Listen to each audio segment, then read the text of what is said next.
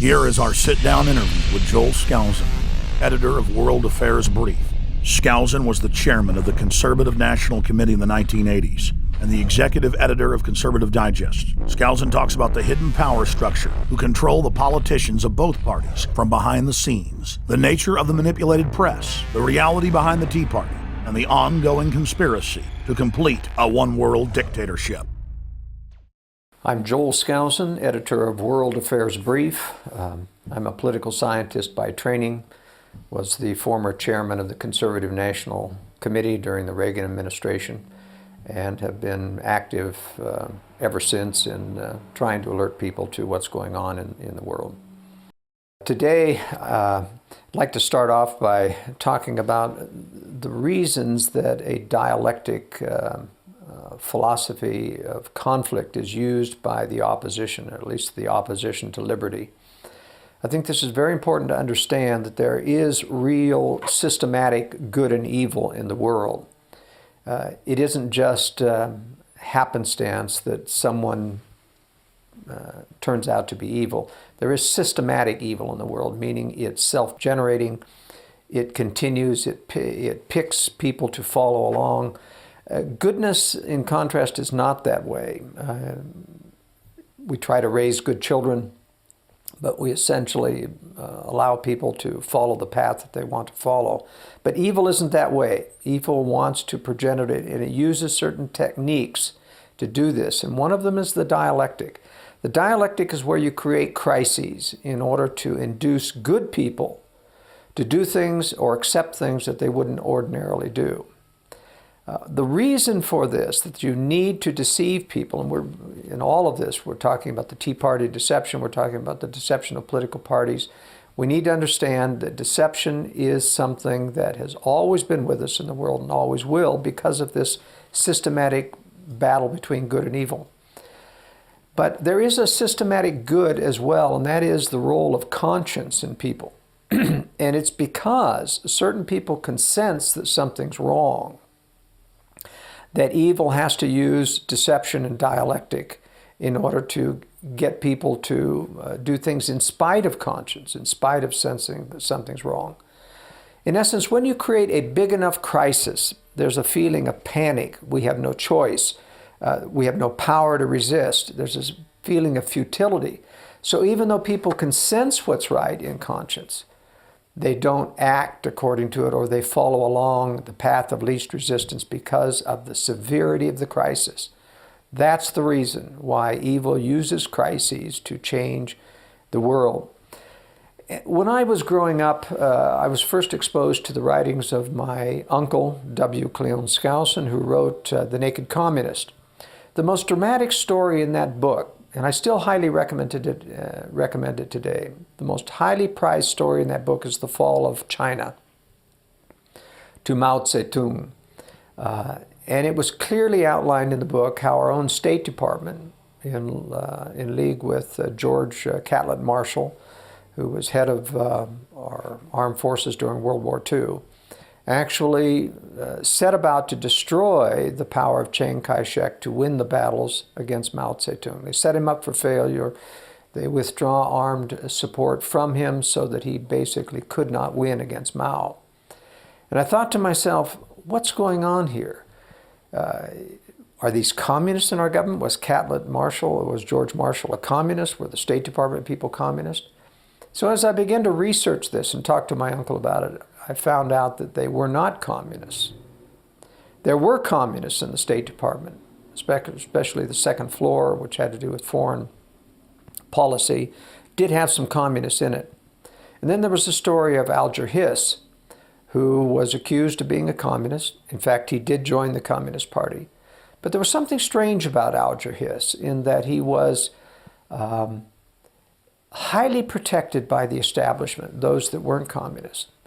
Whittaker Chambers is the one who outed Alger Hiss. Whittaker Chambers was a dedicated ideological Marxist communist. He repented of that, changed, decided to tell all. He was very, very honest. He was vilified for his honesty, and he's the one who named Alger Hiss.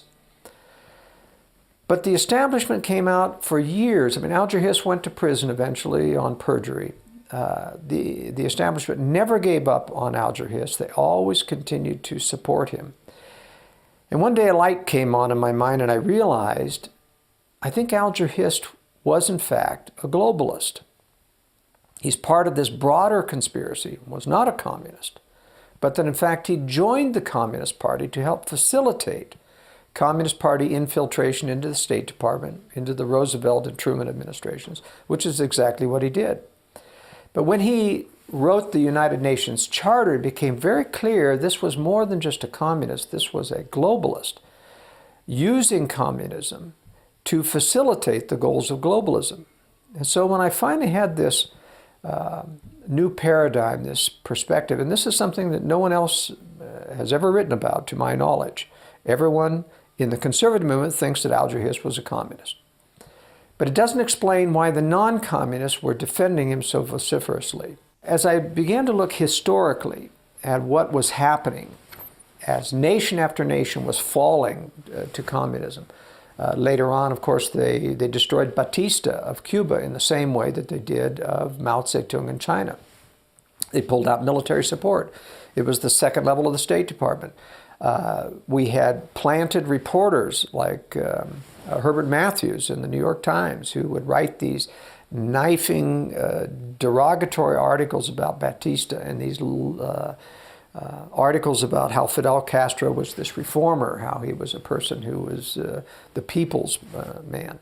He did the same hatchet job on Mao Zedong. Later on, Drew Pearson carried on with Jack Anderson in the Washington merry-go-round. They were primarily responsible for bringing down Anastasio Somoza of Nicaragua, allowing the Sandinistas to come to power. Anastasio Somoza had his flaws, certainly. He was a strong man, but he was pro-Western, very much for free markets. He was clearly an ally of the West, and we destroyed him. Why? They wanted the communists to come to power. Because they were communists? I don't think so. I think it's because the globalist view is that we can use communism to break down the existing social order. We can use communism to create even more horrific crimes, and then we, the globalists, a moderate form of socialism that intertwines predatory capitalism, mercantilism with socialism, we can come into the rescue, save people from communism, and give them our version of the New World Order, which people will then tend to accept. And they would not accept were we not to have the horrors of communism to pave the way. So that's what I feel is the important thing to realize, is that communism, socialism, Fabian socialism, and there are tens of other variations of enemies to the free market are all promoted to one degree or another. In the same sense, the conspiracy has had the necessity of morphing into different organizations to be able to cover itself from discovery. We can go back, I think the conspiracy has been with us since the beginning of time. But when we begin, whether it's from Cain and Abel, or we talk about the Illuminati, starting in 1776. How ironic, you know, that there's this interplay between the movement of freedom in 1776 and the rise of a counter-movement. It's almost as if Satan and God, or Satan follows and sees what God is trying to do to promote liberty and has a counter-strategy in everything that comes about. There are key dates in history, like 1776, when you had a massive liberty for movement, whereby for the first time in history you'd had some very principled, libertarian-oriented people come into power. And at the same time you have this rise of the Illuminati. It got exposed. I believe it went underground and then began to use another organization, the Masonic lodges, to take its place. When that became exposed, they dropped out the lower levels of the Masonic so that they became rather as good old boy clubs, and they're still in use today. You can go into certain parts of Texas and you talk to people, and there are most people within a certain county are members of the lodge. And they know that if they get a traffic ticket, they can flash the ringer and they can get some type of immunity. Now, it isn't really illegal. It isn't anything to do with these broad-range conspiracies. But it is a good old boys network, and it allows people to rise within those networks and to be able to, and the higher-ups within those, to see, all right, who's corruptible, who's predictable, who can we bring along to a higher order or understanding. So it's my opinion that the Masonic level only participates in broad-range conspiracy issues above the 32nd or 33rd level. In the United States, in Europe, it's a different story. In Europe, the Masonic lodges have been much more deeply involved in conspiratorial, globalist, and New World Order issues. And we find the Masonic lodges are still very powerful in Italy especially, in Spain, Germany, and France. So what I'm saying or viewing is that conspiratorial forces morph into different forms. They use different crises. And above all, they are able to imitate and co-opt goodness in a variety of ways. It's important that this is not, to understand this is not a monolithic conspiracy of power. There are competing blocks. There's always competitors. Just like in the drug trade, the United States runs its own dark side drug trade to finance black operations. And higher-ups within the DEA and CIA are aware of these things. But there are always competitors coming up in the drug trade trying to piggyback onto this very, very lucrative profession. And so it is as conspiracy. A conspiracy power has to give certain rewards to people. And that's why wealth is always a part of it, the inducement of wealth. It is not true, however, and I want to clarify one thing. Oftentimes in conspiratorial literature, such as in Allen's book or even in some of my uncle's book, you talk about the wealthy international bankers. Well, it is not true that every single international banker is involved in the conspiracy. It is not true that every wealthy banker is part of it. It is true that everyone who's part of it is wealthy. But it is not true that all big business is part of it or that all big banks are part of it. Almost all are now because they don't like competition. They tend to try to co-opt. But there is this continual competition of power. In the world scene, I believe that there are three predator centers of power. I believe the most powerful and the longest running structure of conspiracy to undermine liberty is what we call the Anglo-American power center. Centered primarily in London, but now has got most of its power transferred over to New York and the United States just because that's where most of the wealth is. The other power is Russia, and the other power is China. I believe that they are competing. They're temporary allies because they know that eventually they're going to be in a war with the Anglo-American establishment. But eventually, they will have to fight it out among themselves. And I only say this about three competing centers of power, that there has been a significant piece of disinformation which has been put out within our movement that started with the Rowan Gaither quote. This is the quote that my uncle was the first one to publish this in his book, The Naked Capitalist, by Cleon Skousen. He talks about Norman Dodd under a special House committee going to interview Rowan Gaither of the Ford Foundation and asking him, why is it that the foundations are always promoting communism and other socialist aspects within the UN and elsewhere? And he said to Norman Dodd, he said, the powerful forces behind our foundation want to have the Soviet Union and Russia meld itself peacefully into one major organization, one peaceful country. This, in my opinion, was disinformation. In the first place, Rowan Gaither, who was an insider, never would tell the real reason for a conspiracy. He would give a plausible reason that would allow Norman Dodd to walk away, and something that has deceptively deceived many conservative organizations for many years, including the John Birch Society, which has done many wonderful things.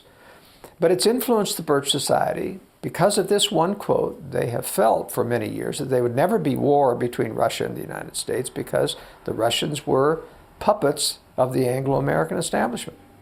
This is what the Rowan Gaither quote has led to, that if in fact that the foundations and the powers that be behind the foundations are in control, and that they're controlling both Russia and the United States, there wouldn't be war between them. In fact, in my analysis, this is not true. What is true is that Russia is a separate independent predator, but the Anglo-American establishment, using Hegelian conflict creation dialectics, want to build Russia so that it will attack, because the war itself is useful and that Russia will be eliminated in the process of the war. And that's how I think it's going to play out.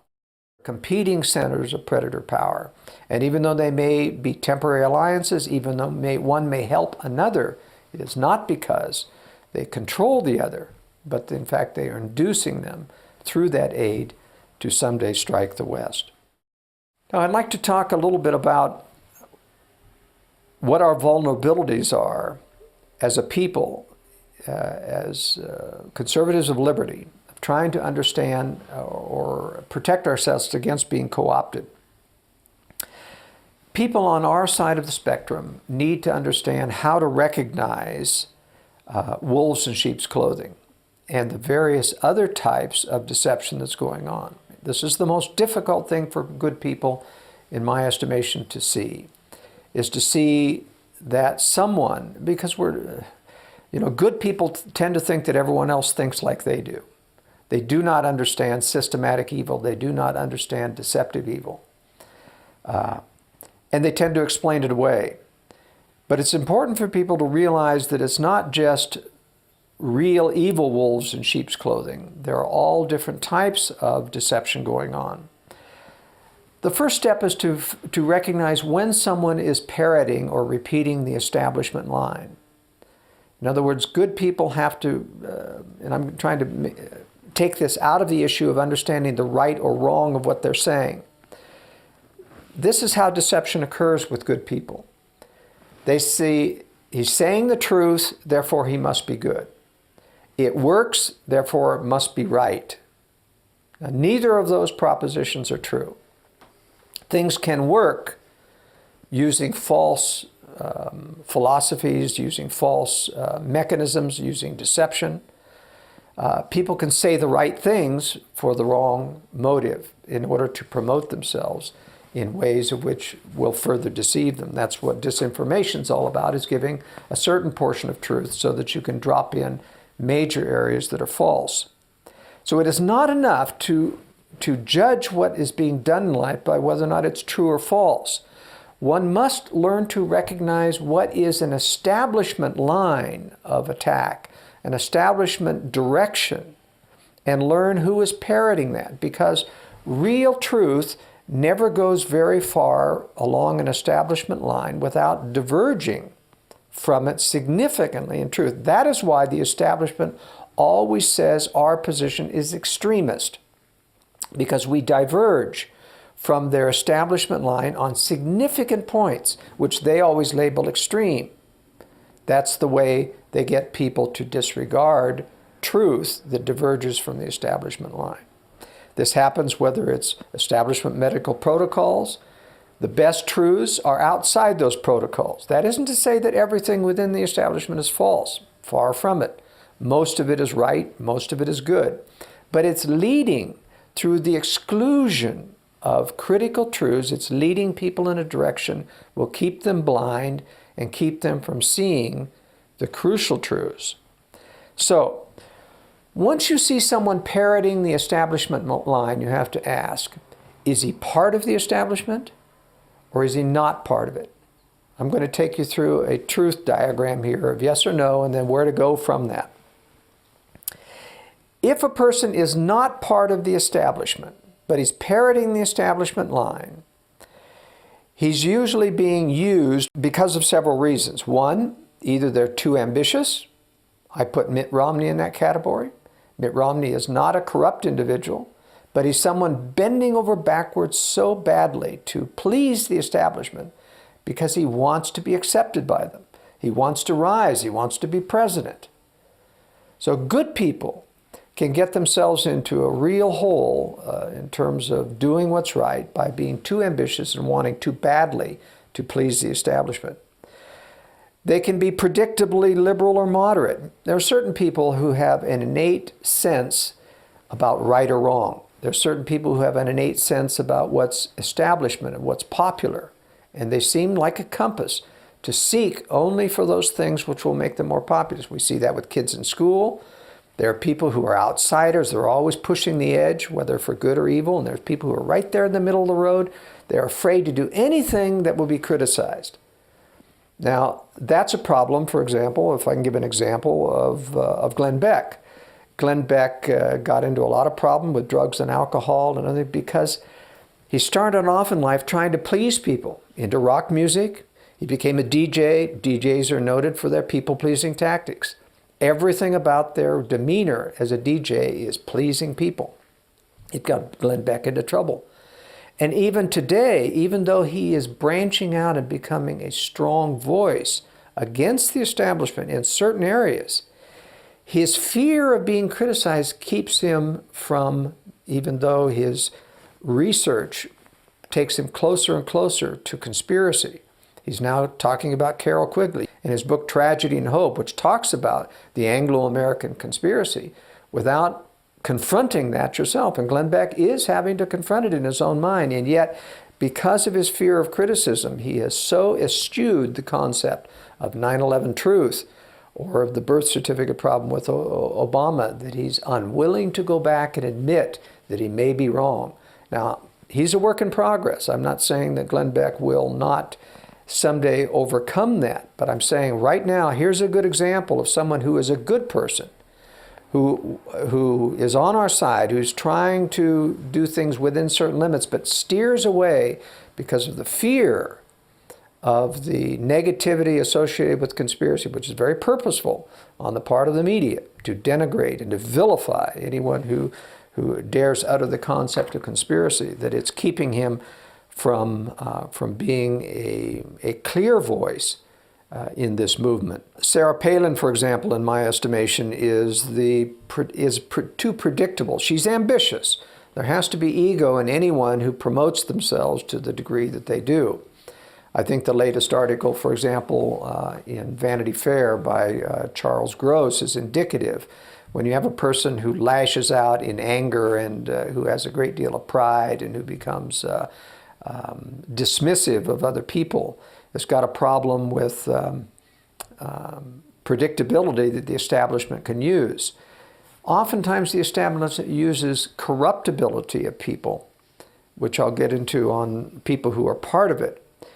But to a certain extent, certain conservatives who start out on the good side, they view that they can become corruptible. I think Rush Limbaugh, for example, started out on the right side. He was very conservative. He was very pro-understanding of conspiracy. He warned openly and almost constantly in his radio shows about conspiracy. At some point, they made an offer that was too big to pass up. Something like $3 million to go over and become part of the big radio networks.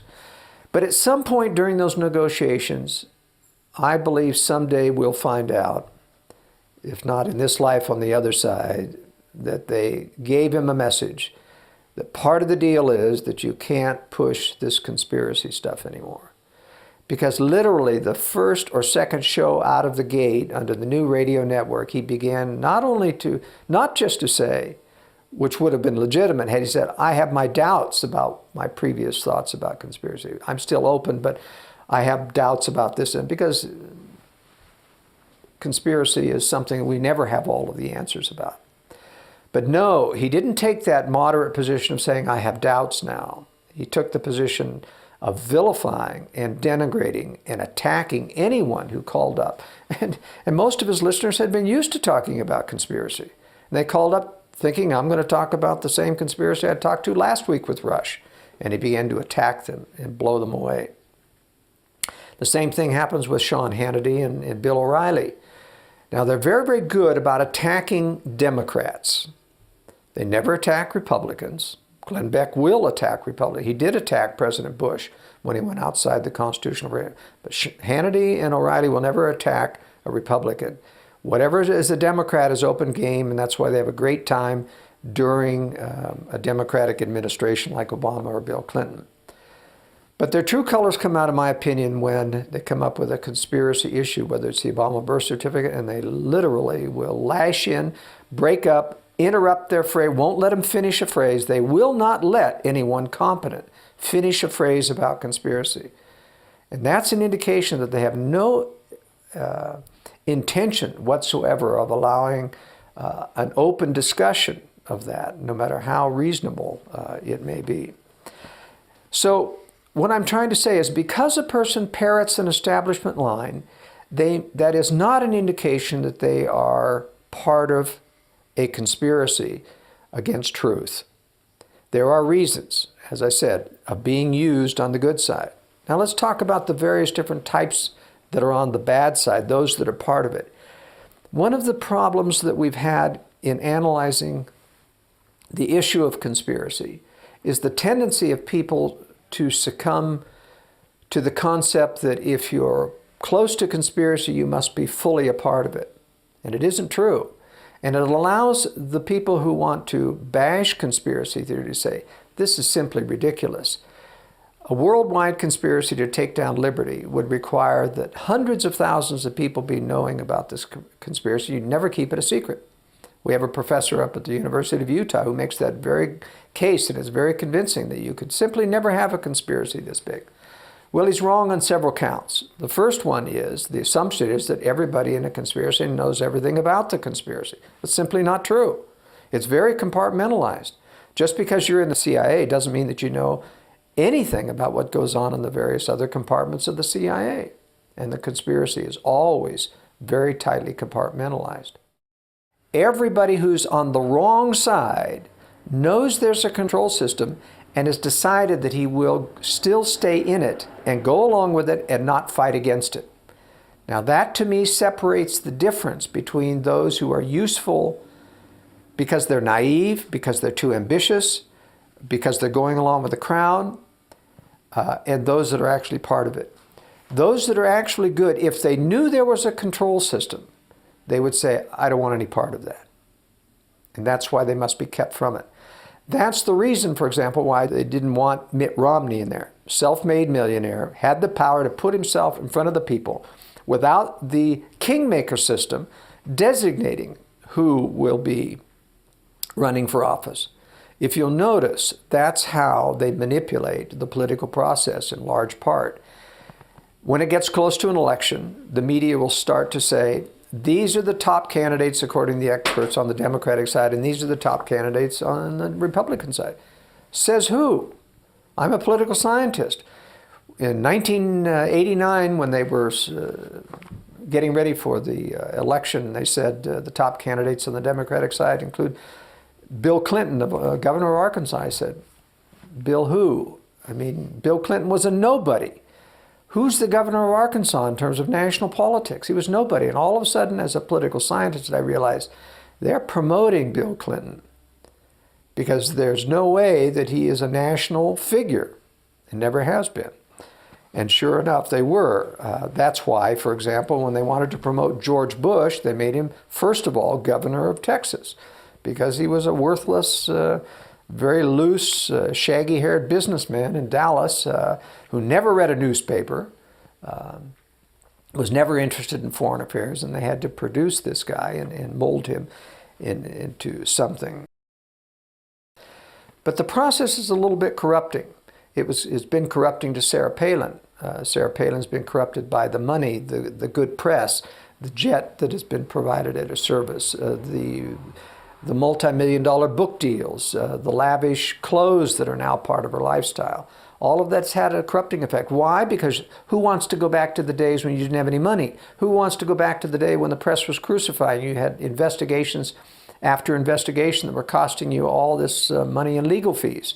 No, this is the good life I'm living now. Look, I've got all of these speeches. I'm able to be effective. She doesn't realize that she's being used, and that there's a subtle pressure among her advisors that were she to take certain positions, you would lose this funding, you'd lose the jet, you'd lose the book deals. And so that's how the corruption of the process occurs. Mitt Romney, he's being corrupted by, you will not be accepted by the press, you will not get elected unless you take moderate positions. And because his ambition is too high, he is willing to take those moderate positions. But ultimately, the reason why they do not want Mitt Romney versus Newt Gingrich is that Mitt Romney is not part of the system. He does not know that there is a control system. And thus, if he were to be elected, he would see too much. He would see too much of the dark side operating, especially as he would say, no, we're not going to do this to his advisors. And advisors say, uh-oh, we've got a problem. The president doesn't want to do this. We're going to have to lean on him.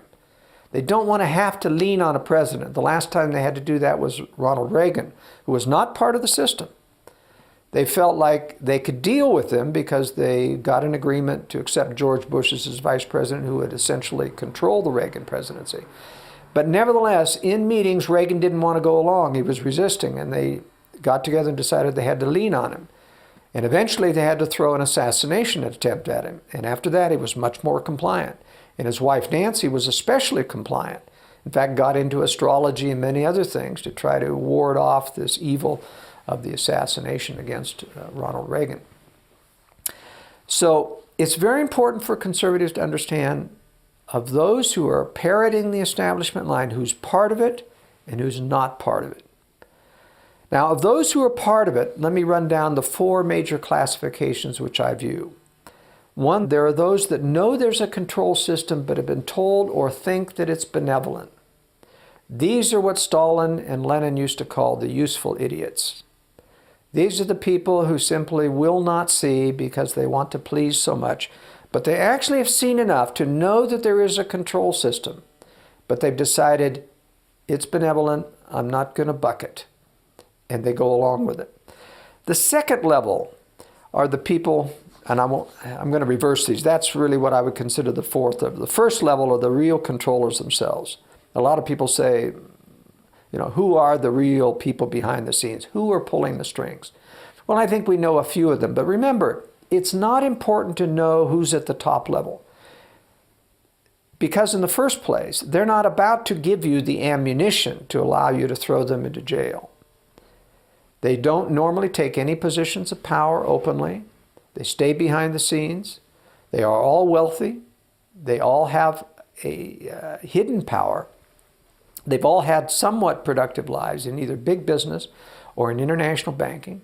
And I can name a few that I know not from absolute knowledge, but from induction. You can induce from a variety of patterns of activity who has to be very high in a controlling estimate. And I'll put David Rockefeller, for example, very high on the list. How do I know that? Well, he actually has admitted in a book fairly recently that if there is a new world order, conspiracy to do this, and I've been accused of this, then I freely admit I do want a new world order. All right. That doesn't say that he's controlling in a satanic or evil sense. He has not admitted to that. I think there is an ultimate satanic criteria involved in getting to the highest levels. However, there's other indications that Rockefeller is part of it. For example, in previous administrations, he has showed up, even during the Ronald Reagan administration, he showed up at a White House economic dinner of which he was not invited. Now, how do you walk into the White House to a special dinner of which everyone is by invitation only, Council of Economic Advisors and 20 or 30 other people, and he walks in and sits down to a table by Robert McNamara. And he's overheard saying to them, by a personal friend of mine, so I know this is accurate, he was overheard saying to Robert McNamara, who was head of the World Bank by then. Remember, Robert McNamara was part of John F. Kennedy's Whiz Kids, and he was Secretary of Defense, then moved on up to be World Bank. And he was overheard saying to Robert McNamara, remember, Bob, don't say anything more or less than what I told you. So here's David Rockefeller walking in uninvited into the White House and giving orders to the person who's head of the World Bank. Now that tells me something about the level of control. And he said his phrase in the sense that, remember, don't do anything more or say anything more or less than what I told you. that indicates I'm in a position of power above you. And he is. Now, another example is Dwayne Andreas of Archer's Daniel Midland, major international agricultural company, very much involved in promoting Red China and Russia and other things. And this is very typical of globalists. Globalists are promoting and shielding Russia and China from criticism so that they can grow in power militarily and influence within the world. That's part of the Hegelian dialectic. He was on a golf course. Once again, a personal friend told me this, who was on this, playing on the same green with him, and he was arguing with his golfing partner about who was going to be the next Republican nominee for president. And this was during the Clinton administration. And finally, the guy was giving him all the reasons why such and such a person was going to be the Republican nominee, and Andreas finally shut him off and said, listen, it's going to be George W. Bush, and let's not argue anymore about it. He said it with such finality that this, my friend who was listening on, realized this person knew. This person was an insider sufficiently open to the kingmakers. And this was before George Bush was even close to gaining the nomination. He was just in that list of people who the media was putting out was going to be potential runners of the... So these are things which let me indicate that people are on the inside at a very, very high level. Now, the second level, under these top-level controllers, once let me go back, it doesn't really matter who's at top. What we have to understand that there is a control system and that certain people are taking orders down below. And we can see the orders coming down. We can see the pattern of control coming down. And so we know it has to be controlled from someone up above. So it isn't necessarily important that we find out who they are, because I don't think there's any way to prosecute them for being in that position unless you find them something illegal.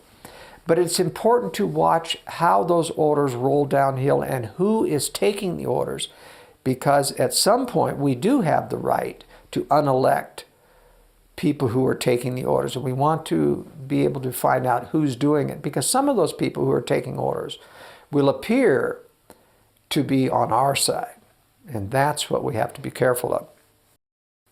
So, for example, at the second level, we have people like Henry Kissinger, Brent Scowcroft, Strobe Talbot, Sandy Berger.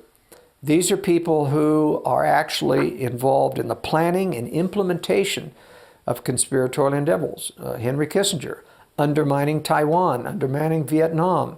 We won the war in Vietnam. The bombing brought North Vietnam to the table, and Henry Kissinger gave it away. And part of the deal in giving it away was that he was going to allow South Vietnam to come under Vietnam, but you have to give us, he said, 3 or 4 years so that we don't look like we're guilty of having given it away so soon. And they did give them 3 or 4 years before they invaded South Vietnam and captured it. They also agreed in secret talks, Henry Kissinger did, to allow Red China to ascend to the seat held by Taiwan as a representative of China. All of that was negotiated for in secret. So Henry Kissinger is part of this second level, and I personally think that he's now part of the top level. I think he's moved up, but at that time, he was a second level implementer and planner. Zbigniew Brzezinski. Now this is very interesting that these people play Team A and Team B tactics. In other words, Brzezinski went over, instead of playing for the Republican side, he was playing as he did before during Jimmy Carter as his advisor, advising the Democratic side. It's interesting, when they position themselves to switch sides, they start recanting previous positions that they have taken previously in other writings and other books. Zbigniew Brzezinski, for example, was a great apologist for the Soviet Union, was always trying to make the case that the Soviet Union was never as dangerous as it was. And then when he got out and began to, and it became very dangerous, he started to recant. Then he changed once the phony fall of the Soviet Union had gone into position. He changed his position again.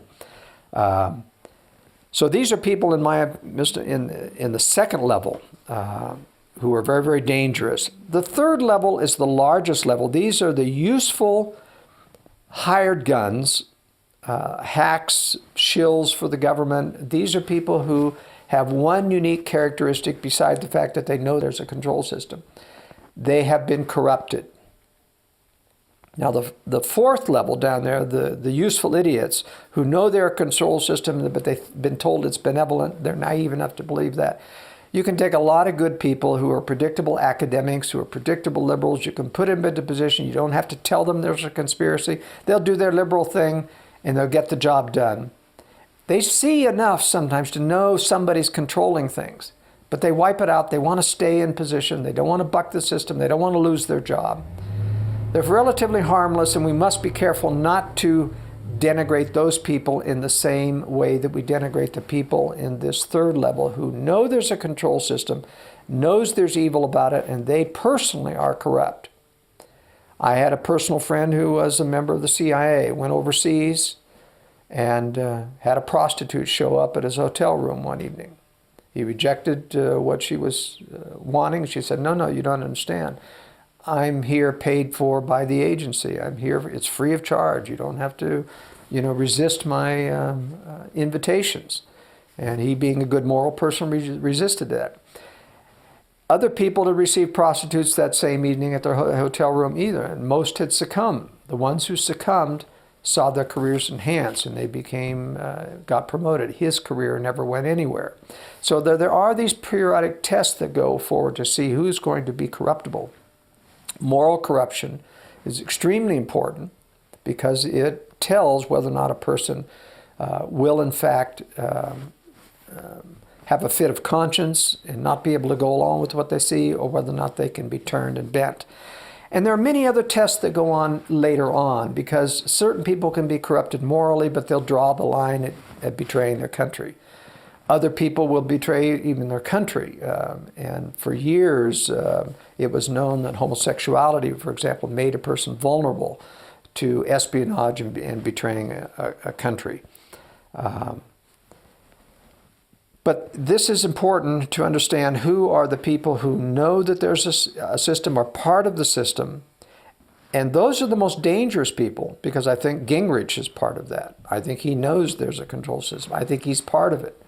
And when they take the role of being a conservative Republican, when they take the role of writing a book about God in America, is a supreme form of blasphemy, almost as bad as Bill Clinton raising the name of God and claiming to be a born-again Christian, or even George Bush with his dual allegiance to his skull and bones oaths and covenants that he made, which he has never repudiated, and at once claiming to be born again people. These are people we must be very cautious about, because these are wolves in sheep clothing in various degrees. Obviously, they use rewards where possible, the offer of advancement, promotion, and power. They offer subtle threats sometimes when, as happens in anything about national security, when someone in the CIA sees something going on, he starts to ask questions to say, don't go there. And just usually that kind of a hint, that's not something you should ask about, is enough to make people to acquiesce. However, if you have a principled person who is bothered by something, and this happens with every whistleblower in the government, they start to push beyond those subtle hints about don't go there, or you don't have a need to know. And they actually have to be warned off with threats. And those threats can take place directly, threats to themselves. They first of all will start to threaten their job. If that doesn't get in the way and they actually become a whistleblower, they often start to threaten their family. And sometimes they threaten by pointing out another person who has somehow died by mysterious circumstances where it was ruled a suicide. And they then explain to them that it wasn't a suicide. That's a person who wouldn't be quiet, just like you. And there are various levels of threats of which they can escalate. But at the higher level, for people who are fully corrupted, the Bill Clintons of the world, for example, they use the promise of immunity. It's a very powerful thing. The promise that we can make sure that the things that we have on tape of you doing don't ever see the light of day. It's a combination of blackmail and immunity, and they see that all the time happening in government. They see somebody caught who's on the dark side of government, and they see a telephone going to the judge, and the judge lets him off, or the prosecutor, district attorney pleads it down. They see how immunity can be a real benefit to them in life. So that's some of the tactics of how they keep people at various different levels of corruption in the system, both incentives and for threats. On the good side, for instance, they know how to play the naive people. They know how to play the people who want recognition. For example, you take Mike Leavitt, former governor of Utah, or current governor of Utah, or recent governor of Utah, Jon Huntsman, who's just made ambassador to China. Now, I can tell you from personal experience, these people are not conspirators in the system. These people are used because they are desperate to get ahead, and they love the recognition that having establishment recognition brings to them in their lives. Governor Jon Huntsman was the son of the famous oil magnate of Huntsman Energy, and these people are religious people. They've made foolish mistakes in terms of their business dealings. The older Huntsman got hooked into a very, very large multi-million-dollar investment in Russia, lost his shirt when they changed all the rules. He was talked into that by establishment people who were trying to build up Russia right after the phony fall of the Soviet Union, and he got snookered. Jon Huntsman is what I call, or Mike Leavitt, the perfect patsy. In other words, these are the people who are not corrupted, but because they are desperate, they come, for example, a state of Utah with a religious background, for example, of persecution. So on behalf of their church and their state, they're very anxious to gain the acceptance of the world, thinking that they're doing themselves a personal favor as well as their church, as well as their government. So they're very susceptible to being drawn in and rewarded by government. For example, Time magazine will do a very favorable article when they take a moderate position, and they see how they treat someone who takes a less moderate position get excoriated in the press.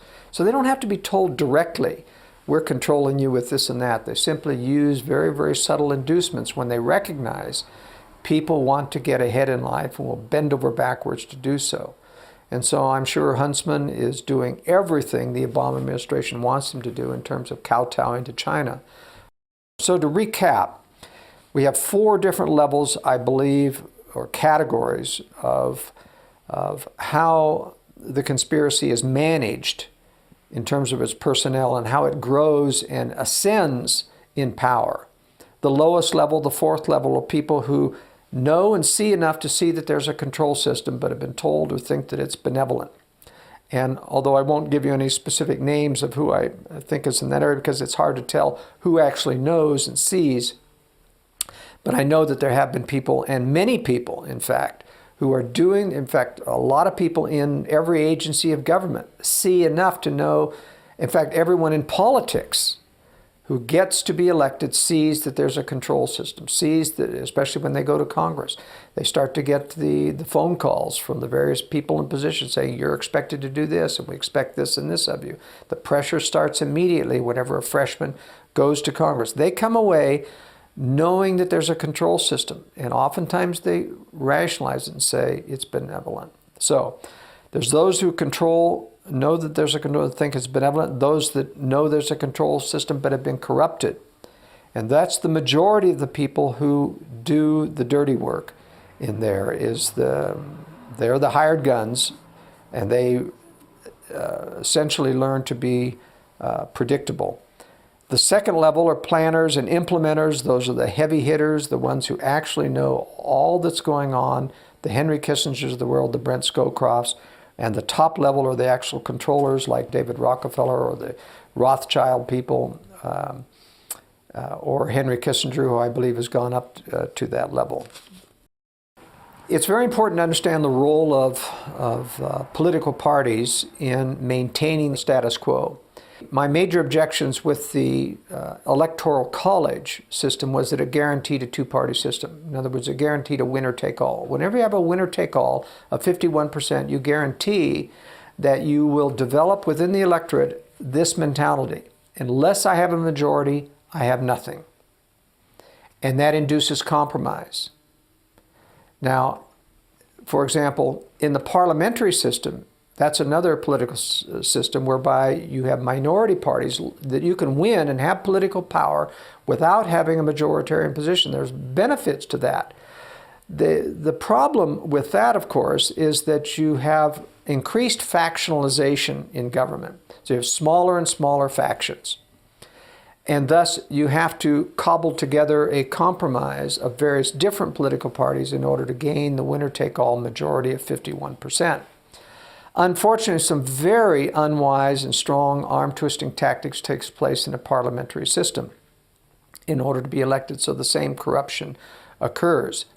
Our system is winner-take-all. You have nothing unless you win a majority position.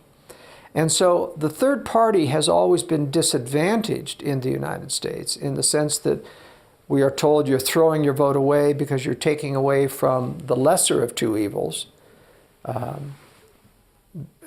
in establishing a third party position. The third party has always been disadvantaged. To get one person in Congress, you've got to win somewhere at some time, and we can't pool our votes as you do in a parliamentary system where you can take all the libertarian votes all across the country and elect at least one candidate because they vote for the party or the Green Party. And that's how they make inroads, and they start, and to a certain extent that would be beneficial to us if the Constitutional Party or the American Party or the Libertarian Party could get at least one representative in it. The only way we've been able to get one, for example, is have Ron Paul, who's a Libertarian, get elected as a Republican. It is possible for a third party to win. That's how the Republican Party came into it. It was the Whigs before then who were ousted by the Republicans. They started as a third party. It was young enough in our political history that large changes and upheavals could occur. And so the Republicans and Democrats became our two mainstream parties, and it's almost impossible to overcome that now. It's even easier to run as an independent than it is to get elected as a third party. And yet, because over time, people within the conservative movement have begun to realize that they have been co-opted many, many times through the Republicans. That the Republicans has always been the residual of conservative values within the United States, and ever since, I think primarily the Republican Party first became co-opted in a major way is when Eisenhower was elected in the 50s. There was a major effort, and books were written about how liberals infiltrated, played like they were Republicans in order to sow the seeds of dissent against Robert Taft, who was the major candidate against Dwight D. Eisenhower. Once again, Taft was viewed as an isolationist. In the war, he was viewed as someone who was against international cooperation, against the United Nations. Robert Taft was, in fact, our constitutional conservative of those days. And he was overcome by the establishment promoting Dwight Eisenhower, who turned out to be not a direct conspirator, in my opinion, but was a controlled president by his brother Milton Eisenhower, who was a globalist. Now, Eisenhower had, for example, a long history of succumbing to conspiratorial demands, especially as Supreme Commander in World War II, Operation Keelhaul, many of the great evils that he acquiesced to in World War II and the crimes against humanity of which he was personally responsible for, such as the killing of 2 million German prisoners through starvation and refusing to give them tents and other shelter against the winter. A very purposeful action that is very little known in history.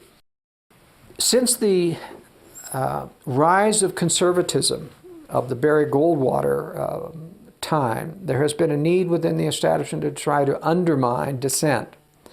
The John Birch Society, for example, had to be undermined. It rose very rapidly to prominence through a house-to-house conversion and group meeting type of format. They had district directors. It was very effective talking to people individually, built a very strong organization, and it was targeted for destruction by the media as well as the Communist Party, even though it was mostly our own globalists in the media who wanted to destroy them.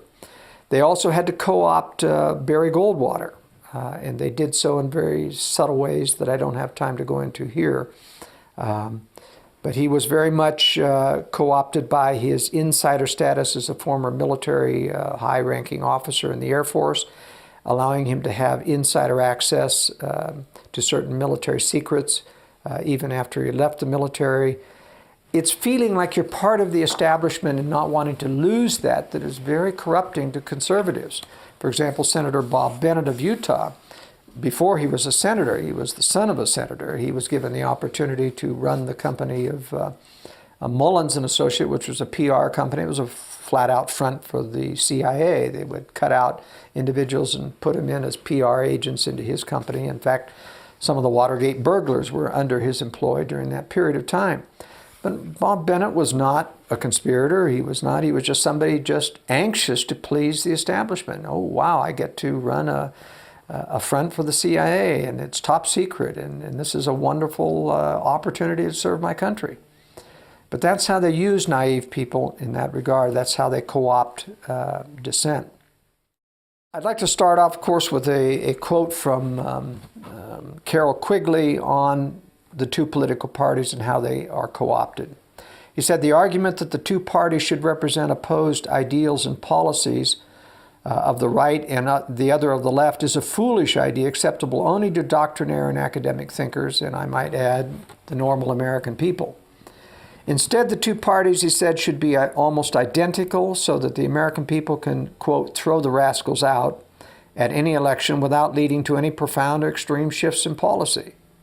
Then it should be possible to replace it every 4 years if necessary by the other party, which will be none of these things, but will still pursue with new vigor approximately the same basic policies."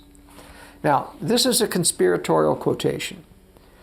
Carroll Quigley spent the rest of his life, because he got into trouble writing the book Tragedy and Hope, he spent the rest of his life trying to debunk the idea that he had spawned conspiracy theories by these kinds of statements. This is as conspiratorial statement as I've ever read. It talks specifically about deception and using the two political processes and controlling the two political processes. It's an open admission of conspiracy. And yet he had the audacity to make write two major essays specifically debunking Allen's None Dare Call It a Conspiracy, my uncle's book, The Naked Capitalist, which was written actually as a critique of Carroll Quigley's book, Tragedy and Hope, and had the audacity to claim that they were misinterpreting him and misquoting him, when in fact the quotes are entirely accurate. To his credit, he was correct that they made certain generalizations that he had not made. He had not come out and openly stated that all of the international bankers. In fact, he made a big deal out of saying, "I have never said all the bankers, only some of the bankers." And that's an example of how we have to be very careful in the conservative movement about excessive generalizations that lead to the ability of the media to counter. And Glenn Beck often does this. He'll make excessive generalizations, which they'll show are specifically inaccurate in certain cases, and make him look bad.